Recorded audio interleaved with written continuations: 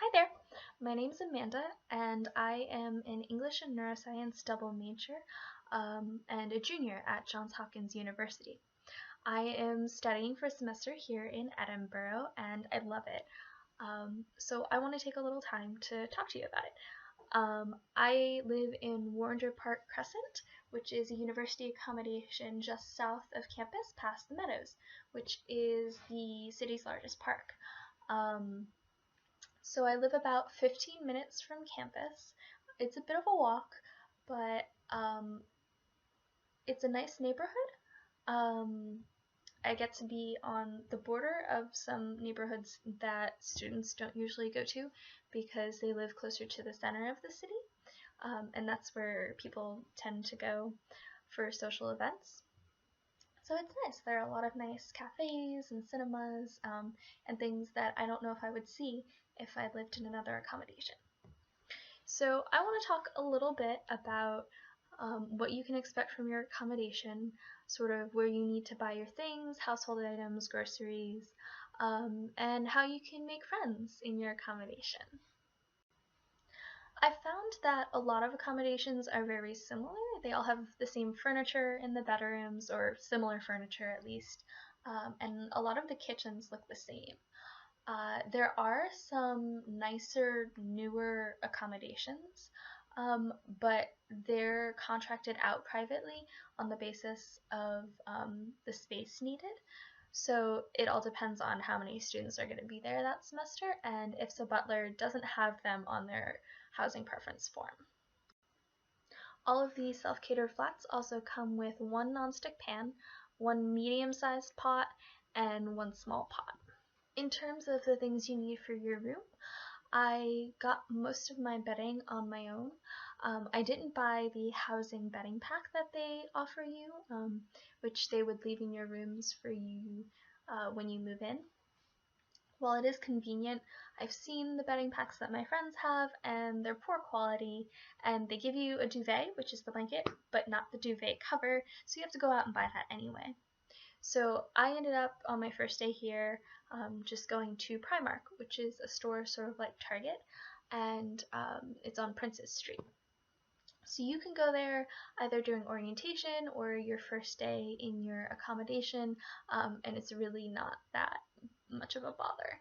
I ended up getting a pillow, a duvet cover, a pillowcase, all for about 30 pounds.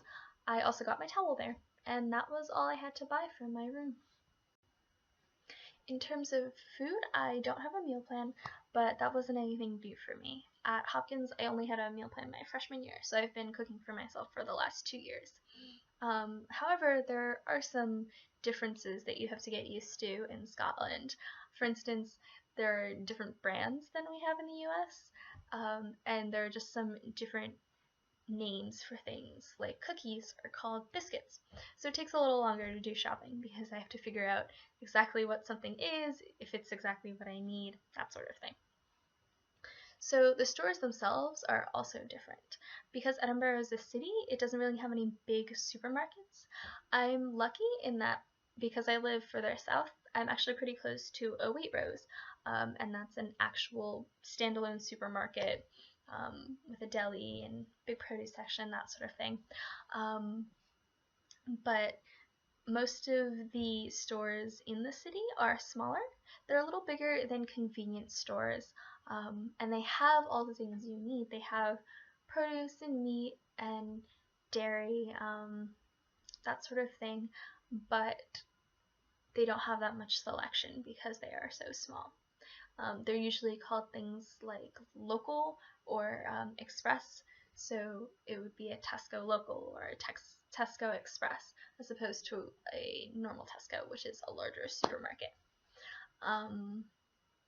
All of the stores, like I just hinted at, are also different from in the US. The main ones are Sainsbury and Tesco.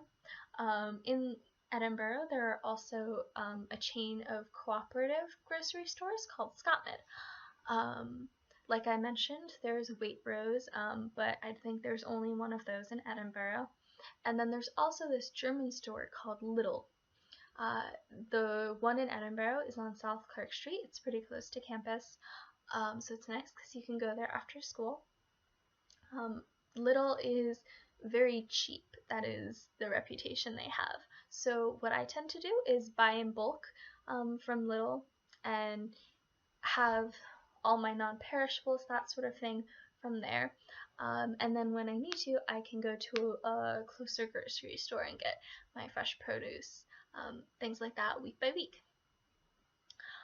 Also, what I tend to do is buy the fresh meats, vegetables, fruits week by week, but I always have a box of pasta or some frozen food just in case I run out, because I know that there's going to be a week that I have so much schoolwork that I just can't go shopping.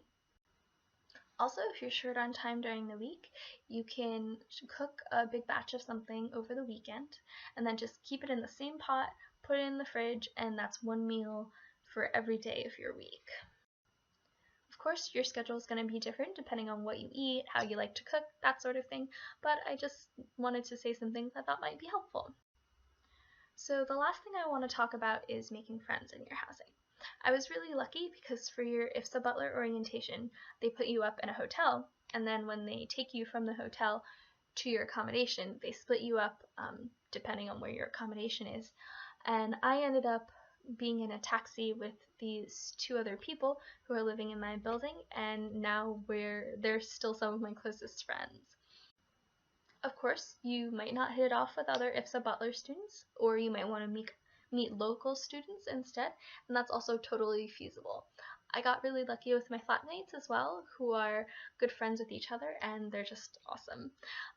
But not every situation is going to be like that, obviously.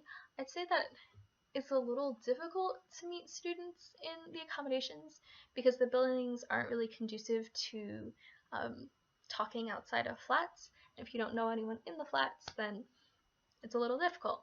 On the other hand, most of the people in university accommodations are actually freshmen. They only guarantee housing for freshmen, so they're also looking to make friends. And there's a good amount of visiting students as well, from IFSA-Butler and from other programs, so try to reach out to people. And remember, they're in the same position as you. There will be flat parties and people making potluck dinners, so try to jump on those opportunities and definitely make friends in your housing. One note I would say about meeting local students is that a lot of them are actually foreign as well, even if they're going here for all 4 years. University of Edinburgh attracts a lot of students from all over Europe. So, for example, one of my flatmates is from Northern Ireland and one of them is from Germany. And I know there are also a bunch of English students here as well. So I wouldn't say it's super easy to meet Scottish people just in your housing, but between housing and academics and societies, which is what they call their clubs and activities, you can definitely meet some Scottish friends. Before I end, I just want to say one miscellaneous note because we really had trouble with this when we moved in. We couldn't figure out how to work our heaters, so I don't want you to spend your first night here cold. So the way it works is that there are 2 dials on the heater. One's an input and one's an output. For the input, you want the highest amount it has on the dial, and for the output, you want the lowest amount. Because the way the heater works is it doesn't blow out hot air, it sort of just heats up itself, and that's how it heats the room. So you don't want it blowing anything out, so you want the output really low. The only time it would be blowing out air, and that's also the only time the light on the heater will actually turn on, is if you press the boost button.